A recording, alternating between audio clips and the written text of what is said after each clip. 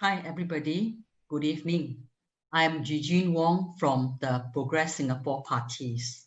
I'm contesting for Hong Kong North, a well-managed town which is housed for 28,000 residents over 130 blocks of flats. It has been a tiring but meaningful experience so far, even though it's over the last 6 days I have been walking around. So far, I understand from my volunteers that there are more people, both online and offline, start to call me, start to call that the Hong Kong North, there is a battles of the daughters, the real versus the adopted, or call the battles of aunties, or PSP author auntie. Whatever the nickname was given, frankly speaking, it doesn't matter anymore as we stay united at the end of the day. I want to further emphasize that I am not anti-PAP, as I believe that the current MP, Dr. Amy Koh, has done a good job in the management of the estate. The difference is mainly our stand of differences in terms of measuring the success of welfare. For example, the PAP measure the success of how many first or how many get the top 20, while the PSP, the Progress Singapore Party, we are measuring the success through how many the bottoms, the bottoms poor people, or how many that is far away. Okay, so actually we are looking at taking care of the poorer and have a more compassionate heart to look after the bottoms, that those people that's very poor and suffering the people. This is how we measure that. We take care of them to don't let them fall behind as our achievement. So both parties, we have a very similar methods. From the root, actually is the same, but the way we treat it is very different. PAP would like to measure what is the best, the top 20, but the PSP, we are looking at the lower level of people, how many that cannot catch up. This is our stand. We have a compassionate heart. We are trying to help you with our heart, wholeheartedly. This is our differences. So before I give you a more in-depth understanding, let me explain further why I'm back to contest this election of 2020. For a start, this daughter of the nation was actually serving in China as an overseas Singaporean. That is me, the daughter. This is because the government of the day was encouraged us to go outstation, okay, to build a globalized world. It is not easy for me to leave Singapore, to leave my friend, to leave my family at that time. Okay, I'm just like the man who go and serve the national service. I am the daughters to go out as per my duty to help the nation to be globalized in overseas. That is during the 1990s, 1920s, when I was sent overseas. Okay, so the government at the time in the 19 and the 20, that I believe at the time I really trust the government because I do my duty. I go out to make Singapore globalized in the outside world. I trust that Singapore was well taken care of by our Dr. Tan Cheng Bock, is one of the leader at the time, and also other honorable leader 2G and 3G minister during the 90 and the 20. However, occasionally I also hear some tumbling of the Singaporean complaining that they're unhappy, but I still have faith in the system. Okay, but what have come across me that I have lost faith in the system is when the first time our presidential election that made me really cannot understand why we said something that is different from it's supposed to be, that have caused me lost the faith in the system. I think you all know very well what happened on our presidential election, that I don't need to elaborate further. When Dr. Tan Cheng Bock formed these Progress Singapore parties, I was very shocked and worried for him because he is actually from the PAP parties, wholeheartedly serving the PAP. Why, at the age of 80, he come up and set up our party PSP? Why? Because something had been changed. We have lost the confidence in our government in terms of transparency and accountability. That is what I mentioned in my rally speech yesterday.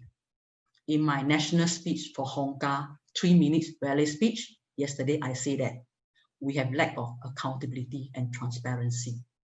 And this is a threat to us actually. This led me to remember our 5th President of Singapore. If you can remember, who is he? I like him very much. He is our first elected president by the people. First elected president is Mr. Ong Teng Cheong. If he's still alive today, he will be 84 years old already. I believe he will also believe in what PSP is doing, the value of PSP. If you look at what PSP is doing with our heart. So we must be very thankful to Mr. Ong Teng Cheong. If you are taking the MRT, I remember that time Mr. Lee Kuan Yew praised him for his stand and wise decision. Okay, let's not forget about Mr. Ong Teng Cheong. He had made this possible for us. So when we're taking the MRT, today, our PAP,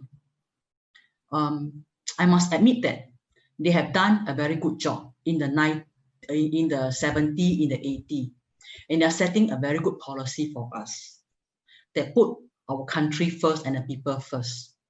And at that time, we have very experienced politicians that really protecting our country and the law.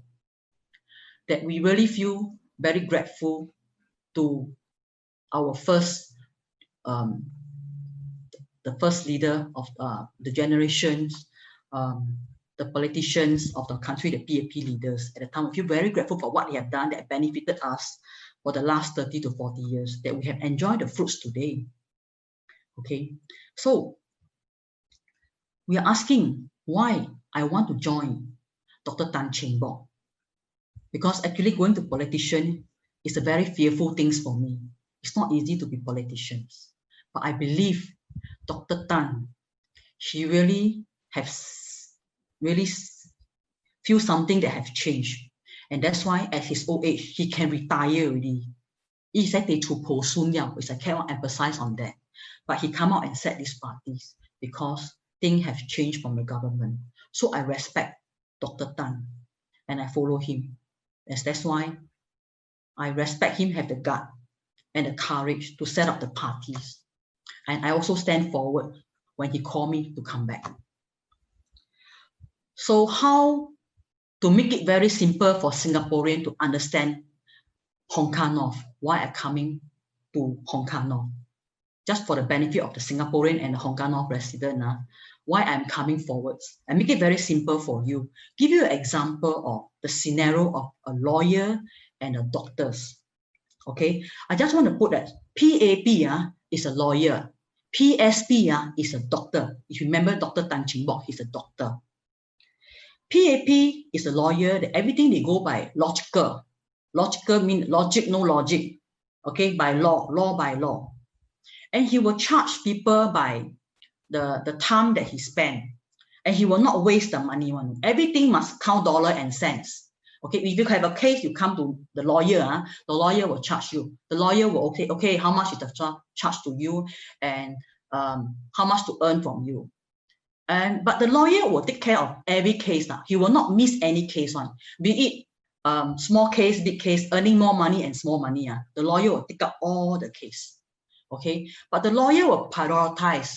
If this is a big client, a wealthy client, he spend more focus with you. And if you are a small client, like lesser money, maybe he spend less focus on you. And that's the difference between, and then I'm trying to explain the doctors. The doctors is the person with emotion, with sympathy. Okay, so if you are a patient, you come and see a doctor. The doctor will prioritize your sickness. If you're very, very sick, the doctor will attend to you first. Okay, and you are less sickness, the doctor will maybe come later. whichever urgent, we will attend to you. But the doctor will charge you a reasonable fee. Or sometimes the doctor may not want to charge you the fee if you are very, very poor. But the doctor will treat you like in your kampong, everybody will be treated equally. So what I'm trying to say is that a lawyer, you measure all the dollar and cents, like a PAP, calculated in dollar and cents. And the doctor, like PSP, we are more compassionate. We take the patient the same, but prioritize in terms of your sickness, but we treat you the same. I mean, we want to heal you. We don't want to let you fall sick. And we treat you with a compassionate heart. It's not on the first come, first serve. You are rich, I treat you better. No, the doctor will want to heal you, no matter you are rich or poor. So my suggestion to you is that the fellow Singaporean, when you walk to the polling center, think of it, PSP and PAP. PAP is a lawyer. PSP is the doctor. Okay, so when you go to the polling center, have this in mind. Think about it. I also want to share with you another 2 points I take away today. Is about HDB. Many years ago, we are promised that HDB is an asset. It's an asset to us by our leader of the country. And we are encouraged to do upgrading, because by doing upgrading, you think that your house will get appreciated. Like when you sell the house, you get appreciated. So everybody is very happy to do the upgrading. At the time, I think Kang, they did not get this benefit. Okay, then they say that no, PAP will not let us have this house forever. Okay, and now it's proved that it's correct. When in the 2018, Mr. Lawrence Wong has shared his view that the HDB will be zeroized as the lease go up. And he also shared that please go and look at the paper, because you all don't understand law, right? Don't understand, right? Look at the paper. The paper tell you it's 99 years. I never tell you you can have it for life, But our leaders say before, our father of Singapore said before, HDB is your asset. That's why my father, your father, Papa, Mama, work very hard, vote very hard for PAP. We trusted PAP because of the promise they give it to us. We really trust them. Look at it today. This promise have changed. They say, "Le bo tat che si bo, ku kwan le paper lah, okay, uncle, auntie, ejai bo." So it hurt us more. Okay. Another thing, I mean, this is really particular to Hong Kong. No? Those that staying in block 300 plus one, the older flats, 30, 40 years already. And by the time 99 years, the flat will go to zero. And those people that staying in the block 300 plus, the Hong Kong North one, I noted that it's quite a lot of old folks there. They are at their 60, 70 already. During the walk around, during these few days, I talked to many of them. They are having a very hard time, struggling for a living. I mean, economy is not well. They're struggling very hard. There's so many uncle, auntie approach me when I'm doing the door knock, not door to door and the walking, because I already walk around. And some of them even waited for me downstairs, waited for me somewhere to catch hold of me, try to share with me their feeling. I really can appreciate their pain, their swallow, and their hardship.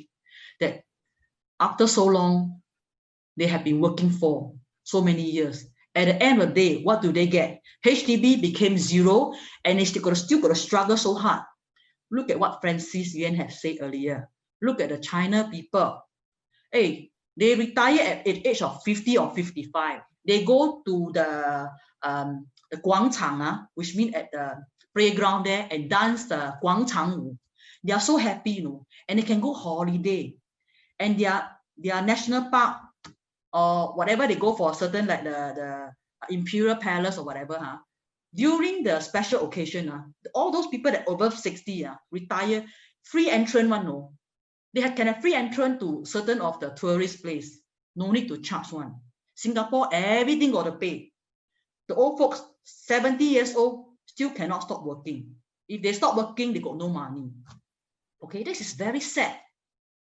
We got to work until the day we die. Today, I got an old lady following after me, very long. I was talking to her. She said she was very sick. She was got to pay medical, and then she was very, very poor. I promised to come back to her. I said, don't worry, auntie. I will come back to you again. And I was busy with some interview. And after the interview, 1 hour later, when I turned my back, she's still around. And I can tell you, she's not the only person. Yesterday, another auntie also the same. And the auntie, I can tell you, I call her auntie, you know. You know what happened? Then I asked her, auntie, how old are you? She tell me she's 58. I nearly fall off the chair. I am 54. She is 58. Only 4 years older than me. I call her auntie. Why I call her auntie, you know? Her hair is all white color. White one, no? All the wrinkle. So bad, no?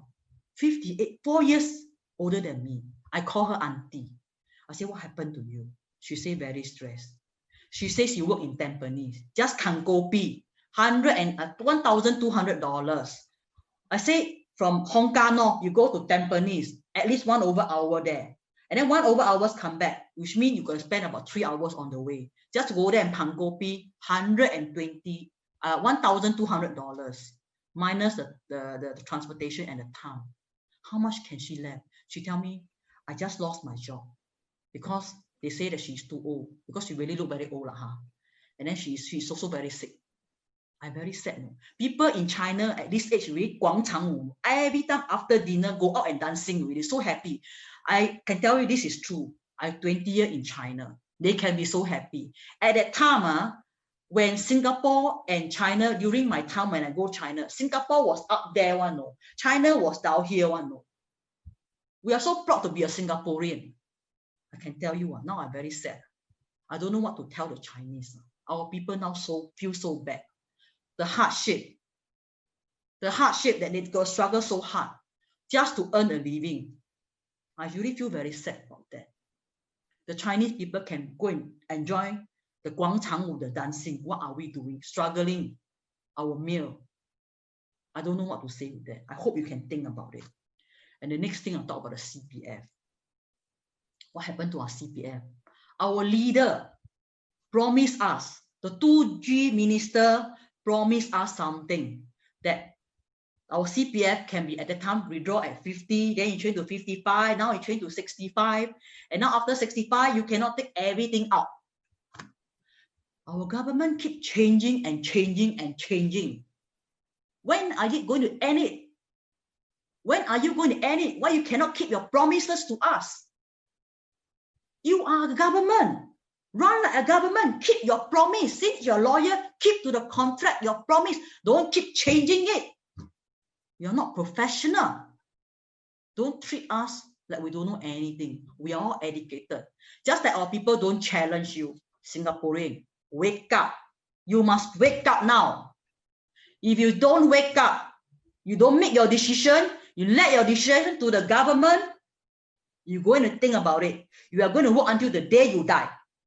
I'm not threatening you. I'm very upset.